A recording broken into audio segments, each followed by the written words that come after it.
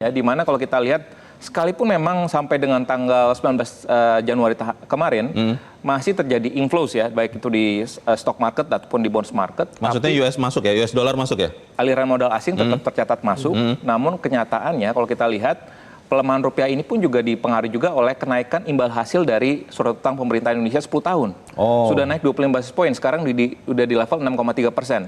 Sekalipun di sisi lainnya IHSG meroket terus ya. Betul. Nah, tapi ini menjadi salah satu indikasi bahwa selain tadi ada faktor globalnya, ketidakpastian global, makanya selain dolarnya menguat juga, tapi harga emas juga meningkat ya, safe haven asetnya pun juga meningkat. Karena tidak pasti ya. Betul. Tapi yang perlu kita cermati juga di sini ada kekhawatiran investor, khususnya kalau kita mengikuti beberapa kantor berita asing, menunjukkan bahwa investor asing pun juga concern terkait dengan pelebaran defisit APBN.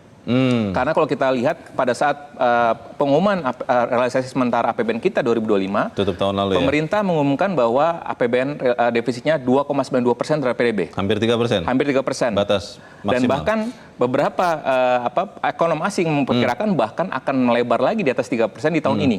Jadi concern itulah yang menyebabkan akan ada peningkatan supply dari SBN ataupun obligasi, sehingga investor asing meminta ataupun risk premiumnya cenderung meningkat, sehingga inilah yang tercermin bahwa rupiahnya melemah dan pada akhirnya ikut mendorong peningkatan dari imbal hasil SBN. Di hari-hari terakhir ini Pak Joshua, kalau misalnya ada informasi dari rekan-rekan di dealing room kantor Anda, lebih banyak transaksi yang memang dibutuhkan, yang memang ada underlying transaction ya, pembelian dolar, atau juga sudah mulai orang-orang berspekulasi, atau yang tadi dikatakan Pak Peter, ada kebutuhan baru bulan April, bulan Mei, tapi karena khawatir akan lebih mahal lagi, kita mulai beli dari sekarang. Itu lebih banyak yang memang real transaction, atau sudah mulai ada yang spekulasi lagi yang Anda dengar?